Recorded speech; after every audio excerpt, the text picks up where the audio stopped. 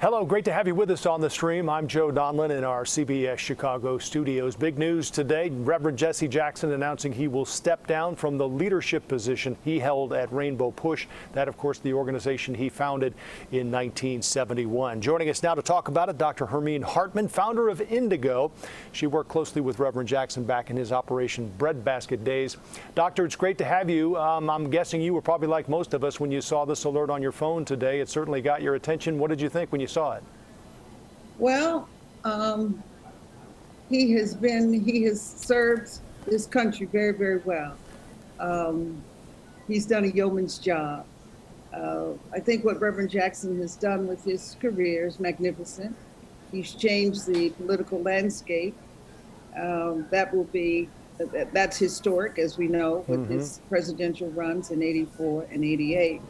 But I think if we look in his entirety, in his career, from when he was at school looking to do a research paper, and they would not allow him to use the library books because he was Black, to today, we see an icon that has challenged America's caste system. I just got through reading a book on Dr. King. And I think if we look at King in perspective, we see that King really challenged America's Constitution. I think Jesse Jackson challenged America's caste system, carrying forth Dr. King's work in political activity for the right to vote, and then who to vote for. Jesse often cites King's days and says there was one Black legislator in the South, one Black state rep in the South, as he was doing his work. From Reverend Jackson's work, we've seen a president, we've seen senators, we've seen congressmen, we've seen aldermen, we've seen mayors become elected. And it is because of his work. There's a direct correlation with his work. And I think the other thing often that Reverend Jackson's overlooked for that is most important is his work with economics and ensuring that there was diversity in the business community. Wall Street Project, Black Expo Project, but to ensure that there was real diversity in terms of the economics. The thing that's we look at him politically and economically, I think you see a terrific challenge and work on the caste system in America for diversity and equity for women, for Blacks, minorities, and on and on. Yeah, that's a phenomenal summary of just some of what he's done and what he's had an impact on, and much of that we all know. What stands out to me, Doctor, is his historical significance. You touched a bit on it as well with Dr. Martin Luther King, but he was on the balcony with Dr. King in 1968 at that motel when King was assassinated. He was in Selma for Bloody Sunday in 1965. He was a student from Chicago when he went down there and organized a group to attend. You look at some of the most important and significant moments in the civil rights movement, and there's a very good chance you'll see Jesse Jackson in the picture. He's probably marched more than any single man for social justice. And I'll give you another fact about Reverend Jackson that is too often overlooked. Reverend Jackson, as a single person, as a citizen, registered more people to vote than anyone ever in America. The number is 6 million. He actually registered more people to vote than any person ever. He carried Dr. King's work forward, and he is the only one of the lieutenants, aides, however you want to look at the people like Andy Young. They went into politics. Jesse changed politics. He's been an international leader. His work in London, his work in Africa. As you may know, a couple of years ago, the French government gave him the highest award a civilian could receive. He's received the highest award from President Clinton that a citizen could receive. And in Africa, he has received the highest award that a citizen can receive. So he has been global. Right. Yeah, and remember, he helped release several prisoners as well. Cuba was just one example of that. Cuba was one, and of course you have others, but here's the other person that he helped release that he often is not given all full credit for, and that's Nelson Mandela. Reverend Jackson was running in '88 on the debate stage as they would talk about NATO, they would talk about global economy, they would talk about global politics. Reverend Jackson started talking about apartheid in South Africa and what that meant for Nelson Mandela being in jail for 28 years. That was the beginning of the change and the release for Mandela, because when he said it, people didn't always know who he was talking about. Of course, there's the release of Goodman. He has, as a private citizen, done these releases, not as a government official. That is so, so very important to note. Well, we saw President Reagan there with Jesse Jackson next to him. Reagan, of course, won in '88. But it's interesting, in the Democratic primary in '88, the Reverend did quite well. He made it all the way to the final primaries and beat out the likes of Al Gore, Joe Biden, Dick Gephardt. I mean, he went all the way to the end with the eventual nominee in Michael Dukakis. Why do you think he didn't win the nomination, Doctor? Racism. Well, I was going to say that America wasn't really ready when Barack Obama was elected. I'm assuming that's why he wasn't in '88. Yes, I would say that. I would say good old American pie, racism. Well, and I think it came out in '08 when Barack Obama was elected on election night. You recall certainly that iconic picture of Jesse Jackson weeping at that election night party. You almost sort of felt like all the work that he had done politically that you touched on came to fruition that night.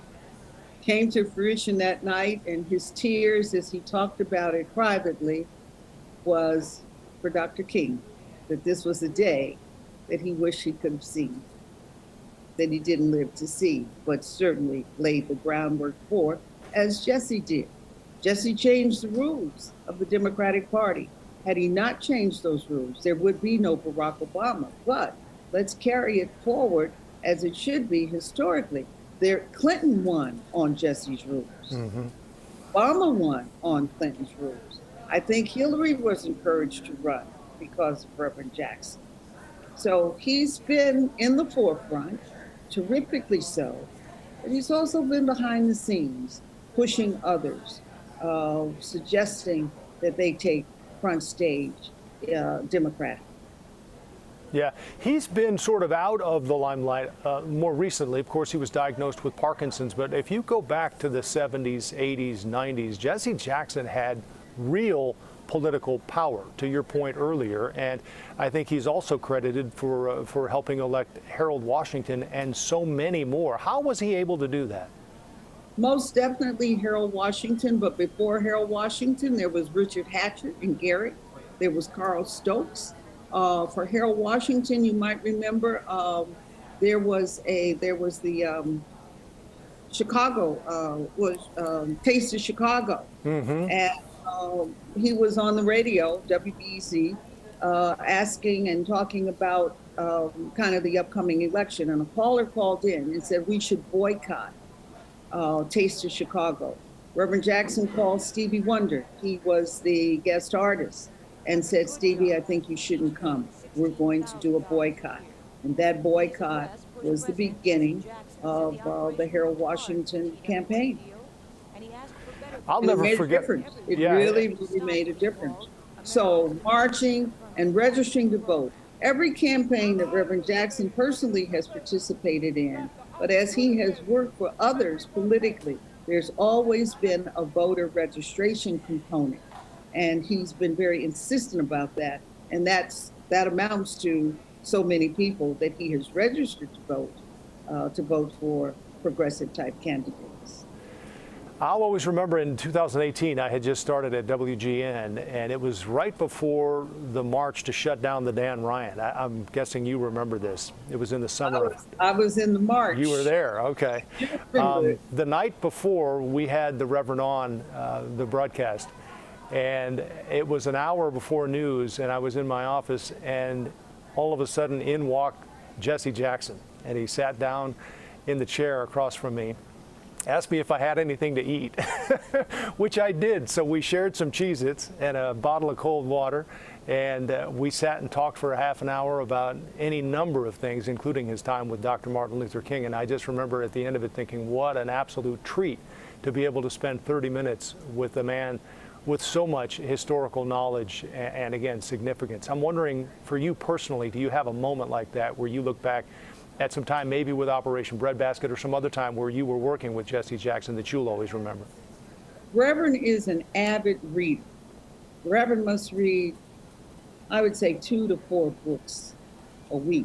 He likes history, so he reads a lot of biographies, a lot of historical documents.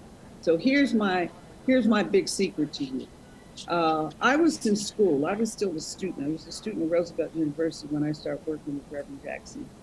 And so with my papers, my political science papers, history papers, I would give them, if I got stumped on something, I would give them to Jesse to read. And before I turned them in. And lo and behold, he would always catch something and say, what about this? What about that? You didn't include this, you didn't include that. So I guess my big story for Reverend Jackson would be, is he helped me with my homework while I was in college. I wrote a paper one time, and it was called, I'll never forget it, was called Minority Notion. And I was talking about if people are considered minorities, then they are not fully considered. And my teacher, my professor, didn't agree with what I wrote and didn't like what I wrote. And so I got flunked. And Jesse said, take the paper and turn it into a newspaper article, and let's get it printed in the Chicago Sun-Times. And we did. It actually worked. And then we took it back to the, he said, now take this back to your professor and show him what you did. And of course, I got an A. Jesse's very crafty, not afraid, very forward thinking, as you know, as you found out probably in the conversation that you had. But the caste system of America, I think, is what has been his work to change. That is what you think he'll be remembered most for. And I don't mean to make this sound like an obituary, because he's moving on to the next chapter. He's just stepping down from his role. But as history writes the story of Jesse Jackson, there's so much. I mean, we've just barely scratched the surface. What do you think will be his legacy? And I guess maybe to push that forward a little bit, what do you think would be different about where the black community is today if it weren't for him? I think you would see a very, very different business community. And I think you would see fewer black politicians and white politicians for that matter. I think the progression, the progressiveness, the progressive movement would certainly be not what it is today, had it not been for Reverend Jackson's efforts. Definitely Black America economics. Jesse has opened so many doors for so many people in so many industries, be it the financial industry, be it media, for example, be it politics, education. So many doors have been opened from his efforts. Reverend, I hope, will teach. I hope he will teach movement. I hope he will teach political science. I hope he will teach change. Change is not easy. Change is an art as well as a science. And Reverend Jackson has utilized both the power of pressure, the power of power, the power of voting, the power of boycotting, power of continuing an effort as you start and you stop it. I hope he will teach that. He is, as you know, has had Parkinson's since 2017. It is quite the disease. He is as sharp as ever, analytical as ever, and I hope he will share and teach the next generation to do the work that he has done, as well as the work that others like Dr. King has done and Nelson Mandela has done. It's interesting what I feel for myself, to your question, is I have had a firsthand view of history. The day Jesse called to say he was running, called me early one morning to say, I'm running for president. And I said, President what? And he said, the United States. And I said, are you serious? And he says, yes. He says, meet me at 10 o'clock. We're getting ready to have a meeting. And I got it all laid out. I called his wife back. I called Jackie to say, is Jesse okay? She says, he's fine. She says, go to the meeting. We got to go to the meeting. He's got it all laid out for real. And he did. And that was the beginning. Yeah, what a great story. Have you talked to him recently, Doctor? And I'm curious, does he feel fulfilled with where things are now? You mentioned there's work to do, and there are still teaching to do, and a lot of it as we look at the state of our country right now. But do you think Jesse Jackson is proud of what he's been able to accomplish? I think he's very proud, and I think he sees a horizon of more to do in hopes that we can gather the troops to do the work. He will still very, very much be a leader. Jesse gets calls from all over the world, how to, what to, can you, and so forth. He cannot travel as extensively as he could at one time.